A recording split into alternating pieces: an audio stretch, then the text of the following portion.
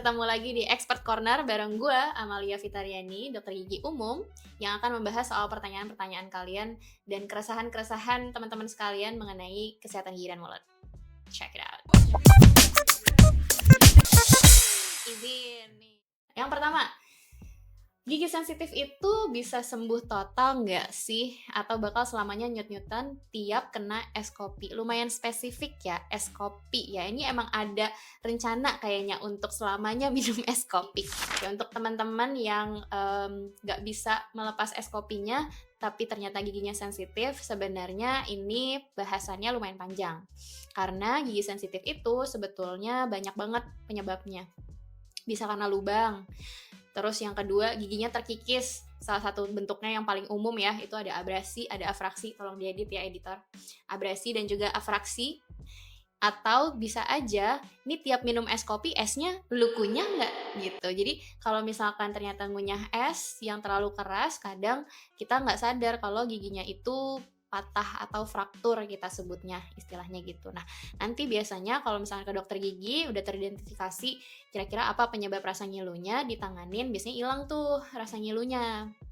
Cuma kalau misalkan masih nyut-nyutan juga, kadang kita nggak sepenuhnya nyalahin ke giginya aja, tapi emang ada jaringan juga tuh di sekitar gigi, contohnya gusi yang kotor, yang terinfeksi, yang ada kita sebutnya kantung di dalam gusinya, itu juga bisa menyebabkan ngilu gitu. Nah, jadi harus komprehensif, harus bersih area sekitarnya, giginya juga harus bebas dari masalah, baru nanti biasanya masalah dari gigi sensitifnya itu bisa tertanganin, bisa minum es kopinya dengan nyaman dan juga aman banget gitu. Nah, tapi kalau ternyata udah semua effort itu dilakuin, tapi kok aku masih ngerasa ngilu ya dok gitu.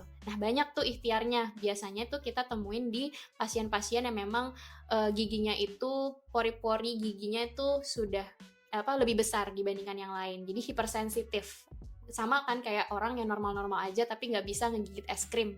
Ada yang bisa gigit es krim, ada yang enggak gitu. Nah, kalau misalnya kayak gitu, kadang kita saranin untuk menggunakan pasta gigi yang khusus sensitif, yang dimana di dalamnya itu ada kandungan potasiumnya, untuk menutup pori-pori yang lebar tadi di dalam gigi atau di area sekitar akarnya. Terus juga kalau itu masih nggak berhasil, ada juga ke dokter gigi, tenang, ini kerjaan kita kok gitu. Jadi bisa ke dokter gigi untuk diolesin suatu bahan, namanya bahan desensitisasi, untuk menutup pori-pori tersebut, jadinya giginya nggak sesensitif sebelumnya gitu. Ini udah ngeluh-ngeluh kayak gini, tahu-taunya juga bilang kalau misalkan selama ini saya kalau sikat gigi pakai pasta giginya yang ada kasar-kasarnya sih dok setiap hari. Nah, itu juga dapat mengikis ini ya, lapisan giginya jadi lebih sensitif. Jadi emang harus lengkap banget kita periksa ke pasiennya, dari kebiasaan sampai keadaan yang terjadi pada pasiennya gitu. Oke, next. Kedua, gigi gua kok tiba-tiba sakit ya? Apa gara-gara sikat gigi kekencengan? Oke, jadi untuk sikat gigi itu sebenarnya kan hal yang wajib. Jadi kita emang nggak bisa menghindari untuk tidak sikat gigi ya sebenarnya. Cuma harus diperhatiin. Memang kalau sikat gigi itu teknik yang gua lakuin selama ini tuh udah benar nggak sih gitu? Apakah sesuai dengan indikasi dari kondisi giginya nggak sih gitu? Nggak usah jauh-jauh indikasi deh. Katakanlah kita mau tahu sebenarnya selama ini kita kekencengan atau enggak. Perhatiin deh sikat gigi yang lu pakai di rumah. Itu jadi kalau seandainya nih belum sampai 3 bulan, nih kan ganti sikat gigi tiap 3 bulan sekali ya. Belum 3 bulan tahu-tahu udah mekar. Terus yang sampai udah nggak kelihatan lagi tuh bulu-bulunya lurus tapi udah belok semua, terus yang kelihatan cuma dasar dari sikat giginya. Nah, itu yang perlu diperhatiin. Berarti selama ini tuh kekencangan, karena sebetulnya sikat gigi mau dipakai 3 bulan pun yang waktunya udah ganti, itu kalaupun ternyata mekar tuh mekarnya cuma 1-2 helai doang gitu. Jadi kalau seandainya lebih dari 1, 2, 3 helai yang mekar, berarti selama ini kekencangan. Boleh dicoba lagi sikat gigi yang baru, diperbaikin, jangan terlalu kasar gerakannya. Terus biasanya nanti berkurang tuh mekarnya, berarti udah perlahan-lahan semakin benar sikat giginya. Sama pilihlah sikat gigi sebaiknya ya yang soft atau bulu sikatnya tuh halus. Jadi yang keangkat itu cuma sisa makanan aja. bukan lapisan gigi kalian, atau tidak melukai jaringan sekitar giginya juga gitu. Jadi pilih yang soft, sama perhatiin mekarnya kayak gimana. Kalau misalkan kecepatan juga salah gitu. Kalau misalkan ternyata itu terjadi dan tiba-tiba sakit, boleh periksa ke dokter gigi. Kita biasanya menemukan yang namanya abrasi. Nah itu, ini gambarnya lagi ya, ulangin lagi. Abrasi dan juga afraksi. Nah, abrasi itu juga salah satu penyebabnya karena sikat giginya terlalu kencang. Gerakannya juga sebaiknya vertikal, jadi bukan horizontal, bukan horizontal seperti ini, tapi vertikal. Kalau yang ilmunya banget itu 45 derajat, kayak gini nih, menghadap dari gusinya, yang untuk gigi rahang atas ke bawah, rahang bawah ke atas gitu. Jadi nggak boleh digosoknya secara horizontal sebaiknya, kecuali kalau misalkan untuk sisi yang bagian kunyah ya gitu. Oke, next. Kenapa gigi gue makin hari makin kuning padahal udah sikat 2 kali sehari? Apakah kopi sejahat itu? Hiks. Kenapa lu nyalahin kopi? Kenapa lu gak nyalahin diri lu sendiri yang minum kopi berlebihan, ya kan? Oke, jadi selain ini waktu untuk refleksi diri, untuk tidak menyalahkan hal lainnya, terutama benda mati, memang kopi itu tidak bisa dipungkiri dia warnanya pekat. Jadi warna yang pekat ini kalau dipaparkan ke gigi secara terus-menerus dengan frekuensi yang tinggi, durasi yang lama, itu pasti akan merubah warna giginya. Cuma sekali lagi menurut aku cek dulu deh ke dokter gigi. Kuning yang kamu rasain itu apakah kuning normal sewajarnya gigi secara anatomi, atau memang warnanya seperti itu, atau memang ada kecenderungan perubahan warna lebih kuning karena minuman yang pekat, salah satunya kopi. Nah, kalau sikat gigi 2 kali sehari tapi minum kopinya masih terlalu gacor, itu kadang sulit untuk kita bisa memaintain warna giginya yang optimal, yang pearly white gitu, susah.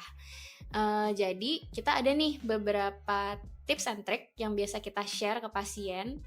Itu yang pertama, frekuensi. Jadi misalnya nih, kalian ngerasa gue harus minum tiap 2 jam sekali gitu, jadi kan sering banget tuh minum kopinya. Nah, baiknya kalaupun ternyata nih kita butuh, katakanlah dalam 5 jam kita butuh 3 gelas, daripada kita minumnya 3 kali dalam 5 jam, baiknya sekali aja gitu. Tapi lu ngapain sih minum kopi sebanyak itu, apa gak kembung ya kan? Jadi gitu, frekuensinya harus dikurangin, plus durasinya. Jadi sebaiknya, ini ada ilmunya lagi, intinya maksimal tuh 30 menit untuk kita mengkonsumsi kopi. Kalau misalkan lebih dari itu, biasanya mulutnya jadi terlalu asam, plus jadinya warnanya jadi nempel ke gigi banget gitu. Jadi tadi frekuensi sama durasi. Bisa juga dibantu dengan pakai sedotan setiap minum kopinya, plus habis minum kopi di rinse. Rinse-nya bisa menggunakan air putih yang dikumur aja, atau baiknya lagi tuh diminum sebetulnya air putih. Jadi dikumur, terus itu diminum supaya produksi air liur kita jadi meningkat juga. Jadi walaupun si kopinya menimbulkan asam, itu bisa ternetralisir sama air liur yang terproduksi dengan baik dengan kita minum air putih itu. Gitu ya.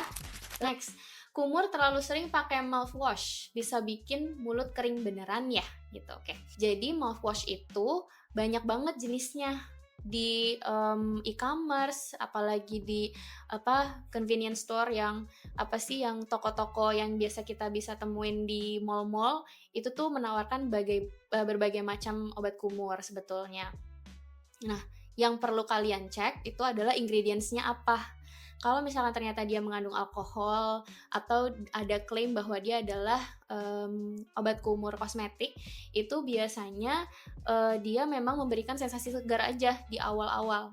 Tapi lama-kelamaan throughout the day dia bakal bikin mulut kering, malah jadi bau, malah jadi kering gitu. Jadi pastiin, kalau menurut aku ya, sebaiknya mouthwash pilih yang betul-betul antiseptik, antibakteri, mengandung CPC, ada enzimnya juga. Nah, itu baru bisa meningkatkan kualitas rongga mulut kalian.